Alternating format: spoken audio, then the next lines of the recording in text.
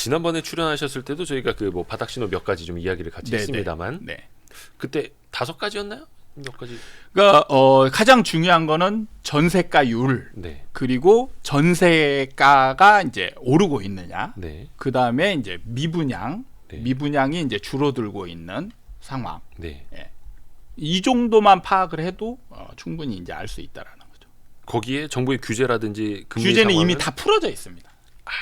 사실 이거는 뭐 사실 이제 알면 좋지만 네. 그거는 시장 상황에 따라서 그냥 당연히 그냥 이건 필연적으로 행해지는 거예요. 그래서 이미 그때 상황이면 규제가 다 풀어져 있습니다. 그리고 또 거기에서 뭐 저금리 상황이 이어진다라거나 이러면 네. 조금 그럼 더 훨씬 더 좋은 거죠. 그래서 일단은 자기가 살고 있는 집값 떨어지는 소리 때문에 되게 고통스러워하시는 분들이 되게 많아요. 특히 작년에 영끌했던 분들 대출이자가 지금 되게 많이 높아지면서 부담스러우신 분들이 그렇죠. 제일 힘들긴 한데 사실 그런 분들 제외하고 그냥 내 살 집 네. 적당히 이자 내면서 살고 있다 뭐 이러면은 큰 고민을 안 해도 되기는 하는 건데 물론 소장님은 팔 수 있으면 팔아라라고 또 하셔가지고 근데 그분들이 고민 안 하지 않거든요. 그러니까 저는 그러니까 그 이거를 많은 사람을 만나서 얘기를 해본 사람과 네. 그걸 경험하지 않은 사람이 할 수 있는 얘기는 완전히 다른 거예요. 저는 수천 명을 만나서 만나서 얘기를 해봤는데 그 말씀하신 것처럼 실거주기 때문에 하락장을 편안하게 아니면 아무 생각 없이 그래도 그냥 묵묵하게 버틸 수 있었다라고 얘기하는 사람을 저는 한 명도 못 봤어요. 약간의 가식인가요? 그러니까 그거는 경험하지 못했기 때문에 그런 거라고 생각을 해요. 그러니까 내가 산 가격보다 떨어지는 걸 경험 못했으니까. 그렇죠. 그래도 내가 산 가격보다 위에 있으니까 저놈이 저렇게 편하게 말하는 거지. 막 저는 이런 경우도 봤어요. 예를 들어서 2억에 샀는데 예. 7억까지 올랐어요. 예. 그러다가 5억이 됐어요. 그래가지고 제가 그분하고 상담을 하는데 이분이 죽을 것 같다는 거예요. 뭔지 알겠어요. 예, 그래서 제가 무슨 소리를 하시냐. 지금 이미 3억을 벌고 있지 않냐. 이런 얘기를 했다가 저는 진짜 맞아 죽는 줄 알았습니다. 주식이랑 그분한테. 똑같죠. 예. 그분이 내가 어떻게 지금 3억을 벌었냐. 내가 지금 2억을 손해보고 있지. 이런 얘기를 하는 거예요. 전문용어로 놀부 계산법이라고 하는데 그 최고점이 내 돈 같은 그렇죠.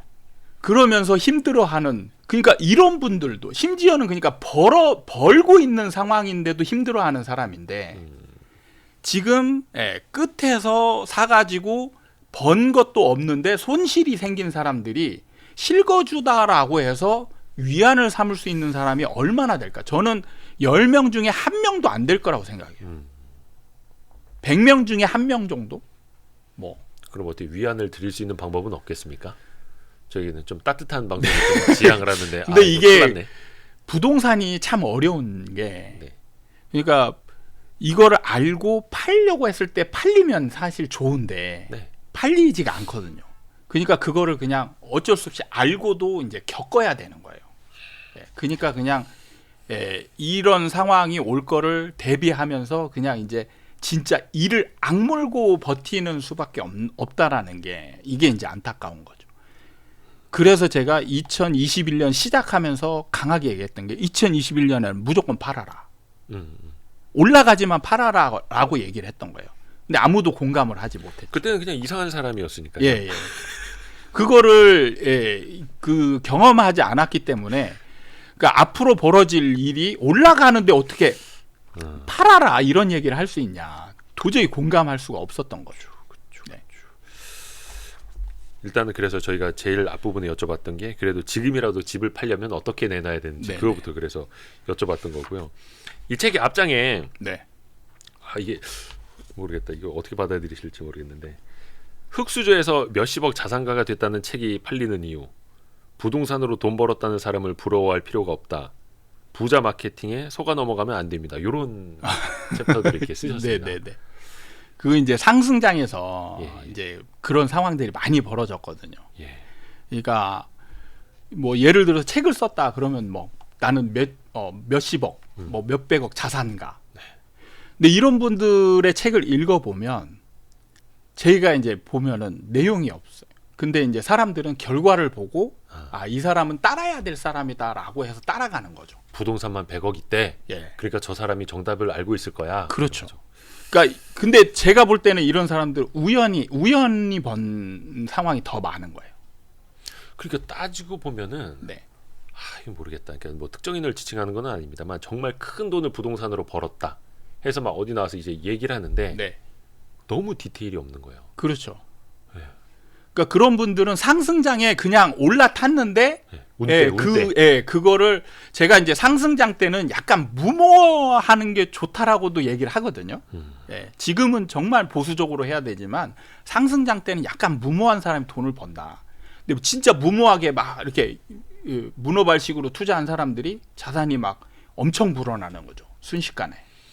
그럼 그 사람들이 이제 책을 쓰고 그걸로 마케팅을 해서 강의를 해서 돈을 벌고 또 그걸 따라서 산 사람들이 이제 문제는 그렇게 해서 따라한 사람들이 거의 상투 끝 무렵에 그 사람들이 하라는 대로 했다가 이제 끝물 영끌을 해서 이제 그 상투 잡는 상황들이 벌어진다는 거죠. 그게 너무 안타깝기 때문에 이제 이런 거를 너무 따라하려고 하지 말고 제가 원인 중심적으로 접근을 해라라고 얘기를 하거든요. 원인 중심적으로. 네. 그러니까 결과가 좋다라고 해서 이 사람이 다 뛰어난 게 아니라는 거죠. 원인을 정확히 알고 말씀하신 것처럼 디테일이 있어야 이 사람이 정확하게 시장을 이해하고 알고 그걸 통해서 돈을 벌었구나. 그리고 그래야 이제 이 사람을 따라갈 수 있겠구나. 근데 이게 사람 심리가 희한한 게 뭐냐면요. 네. 그래서 뭔가 분석을 잘하고 네. 되게 디테일에 강하고 네. 근데 그 사람이 그런 투자로 큰 돈은 못 벌었다라는 걸 알게 되잖아요. 네. 그럼 그 순간부터 그 사람은 개털로 보이는 거예요. 그렇죠. 그리고 또 디테일은 없어. 그냥 어버버버해. 근데 그냥 저는 뭐 건물 몇 채 있고 집 몇 채 있고 해서 뭐 한 1, 200억 됩니다. 부동산 하면은 그렇죠. 그게 이제 저 사람이 사람들이 제일 똑똑한 사람. 이렇게 된다니까요. 그렇죠. 그러면 이제 사람들 입장에서 보면 이 참 디테일만 강한 개털한테 배울 거냐 큰 부가 있지만 디테일이 없는 사람한테 강의를 들을 거냐 거의 열의 9은 후자 따라가지 않을까요? 맞습니다. 그게 이제 물론 중간에 이제 들어서 그 상승장에 같이 올라타면 이제 좋은 결과가 나올 수도 있는데 결국에는 그분들은 다 물리게 돼 있어요. 그러니까 디테일이 없으면 변곡점을 모르거든요. 근데 문제는 뭐냐면 제가 현장에서 너무 많이 보는데 이게 일종의 부자 마케팅을 지인들 간에도 쓰거든요. 네. 그러니까 어떤 한 사람이 부동산을 상승장에서 돈을 벌었어요. 그럼 자기만 벌려고 하지 않아요. 우리나라는 이 돈에 대한 인심이 너무 후해요. 그래가지고 이제 자기 가족들을 끌어들이죠. 내가 벌었으니까 나만 버는 게 너무 안타까운 거예요. 그럼 엄마, 아빠, 동생, 형 같이 그러면은 말씀하신 것처럼 이 사람은 돈을 벌었잖아요. 결과로 증명을 했잖아요. 그러면은 무비판적으로 무조건 따라요. 그럼 이 사람이 사라는 거 같이 이제 들어와서 삽니다. 그 사람이 우리 집에서 제일 뭐 가장이고 그렇죠. 신이고 그래서 나중에 보면은 이게 이제 가족들이 같이 들어와 가지고 또 중간에 돈을 벌긴 해요. 그럼 이 사람들이 이제 더 넓어져요. 주변에 이제 친구들까지 다 끌어모아 가지고 이거 사자 해가지고 쫙 합니다. 그러면 이때 문제는 이때 돈 벌었던 사람이 예를 들어서 뭐 한 5억으로 그냥 10억을 벌었다라고 얘기를 하면은 5억을 세이브해놓고 5억을 투자하는 게 아니고 그렇죠. 10억을 다 사거든. 뭐 레버리지까지 하고. 그렇죠.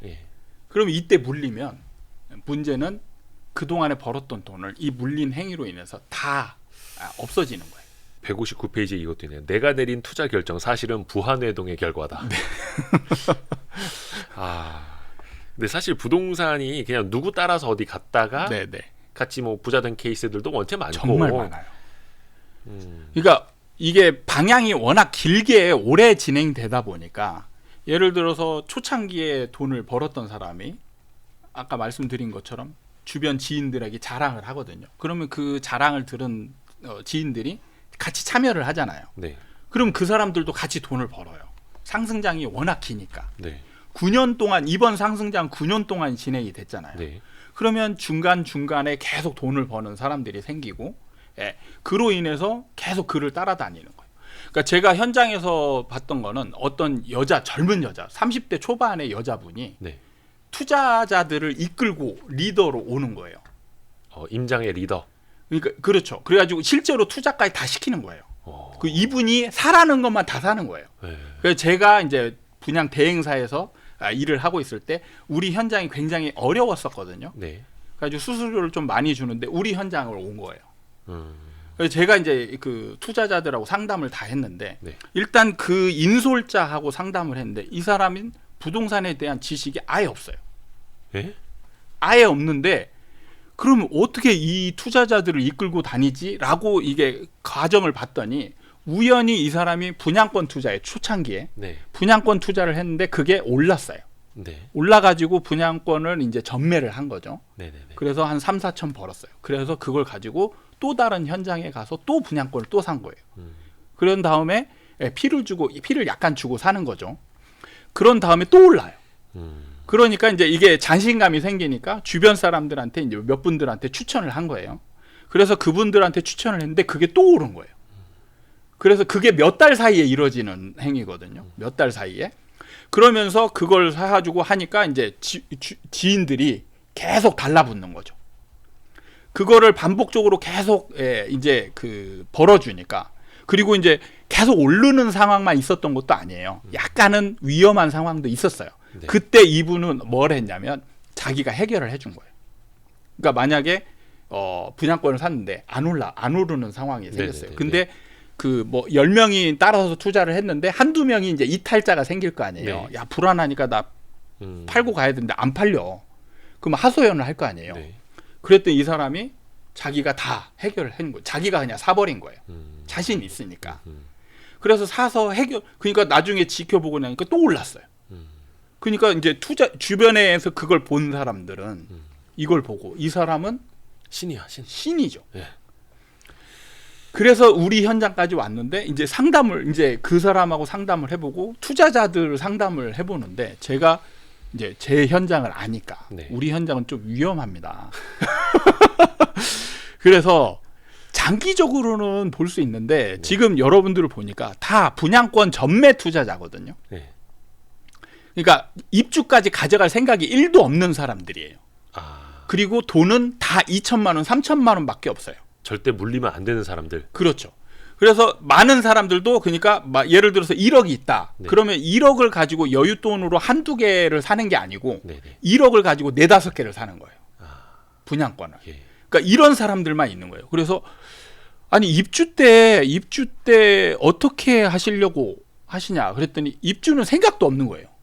그리고 이 사람이 다 해결해 줬다는 거죠. 당연히 전매를 생각하고 있고. 그렇죠. 안 전매가 되면 안 되면 이 사람이 해결해 우리 줄 거다. 부동산의 신이 계시니까. 그렇죠. 근데 나중에 이제 이게 우리 현장에서 딱 터져요. 아 진짜로요? 네. 그러니까 입주할 때 상황이 진짜 안 좋았거든요. 입주할 때 상황이 안 좋으니까 이제 전매를 하려고 했던 사람들이 다 물린 거예요. 입주까지 온 거예요. 그럼 그러니까 어떻게 해요? 중간에 팔려고 했는데 안 팔리고 예. 입주까지 왔어요. 그럼 중도금 계속 내고. 예. 중도금 이제 그 대출 받아서 이자로 내고 네. 예. 그렇게 해서 갔는데 이제 그 동안에는 이 사람이 해결해 줬던 게 한두 건이었거든요. 그러니까 자기 돈으로 해결해 줄 수 있던 거는 자기 돈에서 해결해 줬기 때문에 가능했던 거죠. 근데 지금 전체가 다 물린 거죠. 한 30명 정도가. 그 사람 보고 해결해 달라니까 이 사람이 이제 감당이 안 되는 거예요. 나중에 도망을 가버렸어요. 도망 다니까 이제 그분 잡으러 이제 이분 투자자들이 잡으러 다니는 거예요. 그래서 저한테 와서 이분 연락처 알고 있지 않냐, 전화 통화했었냐, 예. 이제 취조하듯이 물어보는 거죠. 그래서 저도 전화해봤는데 전화 안 받고, 심지어는 이제 죽었다는 소문도 날고 이런 식으로. 그래서 그분들은 다 물려가지고 한 반절은 계약금 포기하고, 예, 그냥 다 날리고, 나머지 반절은 어떻게든 막 이제 마련해서, 예, 이제. 그 해결하려고 노력하고 이런 식으로 어려운 점이 생긴다는 거죠. 비극이네요, 비극. 네. 근데 문제는 제가 이때 정말 주의를 엄청 줬는데도 불구하고 말을 아예 안 듣는 거예요. 그게 이분들은 이런 과정을 거치면 아무리 누구 아인슈타인이 와서 이거를 조언을 해줘도 안 듣겠구나. 아인슈타인을 바보 취급할걸요? 그렇죠. 우리 부동산의 신 선생님이 계시는데 어디 아인슈타인 따위가 뭐 이렇게 할걸요? 근데 문제는 저랑 이 리더, 이 인솔자랑 얘기해봤을 때 이 사람 부동산에 대한 지식이라고는 하나도 없고 우연인 거예요. 근데 또 뭐 이런 상승장에서 그 벼락부자들이 탄생을 하고 네. 또 그분들이 이제 영웅으로 좀 또 탄생이 되기도 하고 왜 그 주식 시장도 장이 좋을 때는 네. 단타를 해도 벌고 뭐 장투로 해도 벌고 막 많이 벌거든요. 그럼 이제 그렇죠. 진짜 시장 좋을 때는 매일매일 단타를 해도 매일매일 막 몇 %씩 벌어요. 네, 네. 그럼 그 사람들이 이제 나중에 회원 모집하는 거죠. 그렇죠. 보셨죠? 막 이러면서. 네. 아, 참 저도 주식 할 때 이제 리딩 방도 들어가 보고. 아, 해보셨어요? 돈을 내고 가입해서 아, 그때는 이제 무료로 하는데 저도 신기했던 게 예. 리딩 하는 사람이 찍어주는 것마다 다 오르는 거예요. 원래 맛보기가 확률이 제일 좋아요. 왜냐하면 그건 이제 장 끝나고 나서 네. 시간 외 거래에서 급등한 종목들만 알려주는 거거든요. 아, 그때는 그러지 않았었고 네. 중간에 알려줬어요. 아, 이분 또 그 주식의 신한테 빠지셨네. 예. 그래서 봤더니 제가 이걸 봤더니 그거가 그 회원들로 인해서 올라가더라고요. 그쵸. 그 그러니까 물량으로 막. 예, 1,000원짜리 이렇게 소량 거래 없는 것들을 나중에 분석을 해보니까 거래 많이 없는 것들을 차트가 좀 괜찮은 거, 그런 것들을 골라놨다가 나중에 지금입니다 이래요. 그러면 사람들이 막 득달같이 가서 사거든요. 1,000원에 이제 1,000원 예를 들어서 1,000원이었다. 그러면 1,000원에 사라고 하는 거예요. 근데 제가 해보니까 1,000원에 절대 안 사지는 거예요. 그렇죠. 이미 올랐어요. 그러니까 그또 오르면 1,020원에 했는데 이미 또 올라 있고 1,030원에 했는데 올라 있고 이러니까 나중에는 어떻게 되냐? 지금 1,050원인데 제가 1,070원에 사겠다고 매수 주문을 넣는 거예요. 그럼 그 사람은 말 바꾸죠. 내가 1,000원에 사라 그랬지 왜 1,070원 네, 사라 맞습니다. 그랬냐. 맞습니다. 그러니까 제가 나중에 보니까 1,100원에 찍고 떨어지더라고요. 그럼 이제 그 사람은 보셨죠? 10% 수익. 그렇죠. 이렇게 얘기하는 거예요. 그러니까 나중에 이거를 반복되는 걸 분석을 해봤더니 이게 회원들에 의해서 올라가는구나. 이거를 잘 이용하는 이제 리딩의 그게 진짜 꾼이었던 리딩방이죠, 거죠. 리딩방. 네네. 아, 또 주식 쪽에서는 또 그런 거를 이제 리딩을 당해 보신. 네네. 근데 부동산도 그렇게 또 리딩을 하시는 분들이 또 장 좋을 때는 네. 끌고 다니면서 말 그대로 또 편승을 하면서 막 돈을 벌어주고 근데 그 기억을 잊지 못하시는 분들은 네. 아마 다음 상승 사이클 돌아와도 네. 그런데 따라가실 것 같아요. 그럴 인간의 가능성이 심리가. 많죠. 네네. 그러니까 그런 거를 공부나 어떤 경험을 통해서 이제 극복할 수 있어야. 그러니까 번 돈을 지킬 수 있어야 이게 이제 내 돈이 되는데 번 기억만 있고 나중에 다시 제자리로 돌아가는 상황이 생기거든요. 그러니까 저 같은 경우도 주식에 지금도 자신감은 넘쳐요. 왜냐하면 벌었던 기억이 있거든요. 네네네. 근데 결과로는 다 손해를 봤거든요. 네네네. 그래도 지금 와이프한테 항상 주식으로 항상 나는 벌 수 있어 이런 얘기를 한단 말이죠. 그게 벌었던 기억이 있으니까 네. 손해 본 거는 이게 자기 합리화가 굉장히 강하거든요. 예. 그러니까 손해 본 거는 실수고 아, 맞아요. 벌었던 건 실력이고 음. 이렇게 이제 평가를 하는 거예요. 맞습니다. 인간은 누구나 그런 편향이 다들 있으니까. 그렇죠. 네. 그래서 그 심리가 진짜 중요한 거고 그 아파트 사이클 이야기하실 때도 항상 그 심리를 엄청 강조하시잖아요. 그렇죠. 지금도 그러니까 다 심리에 의해서 지금 거래 절벽이 오고 매수자들이 거의 사라지다시피 하고 이런 게 다 심리 때문에 그러는 거거든요.